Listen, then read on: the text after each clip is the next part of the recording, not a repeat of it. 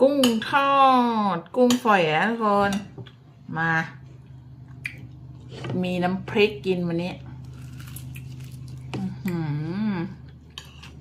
กุ้งเน้นๆแป้งไม่ค่อยมีเรื่องก็อ้วกอยู่นะกุ้งอ่ะอร่อยมีเนื้อมีหนัง